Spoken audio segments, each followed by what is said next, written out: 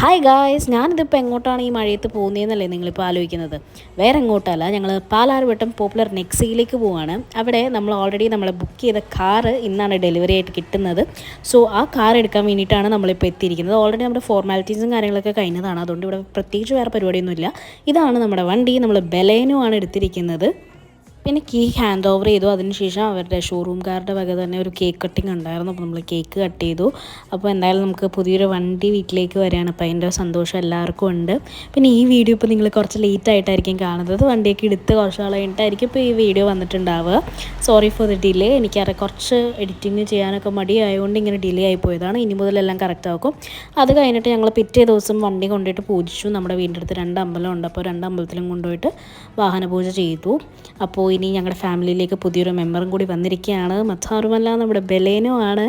Okay, അപ്പോൾ ഇനി പുതിയ വ്ളോഗും കാര്യങ്ങൾക്കൊക്കെ വേണ്ടി വെയിറ്റ് ചെയ്യുക. Bye bye.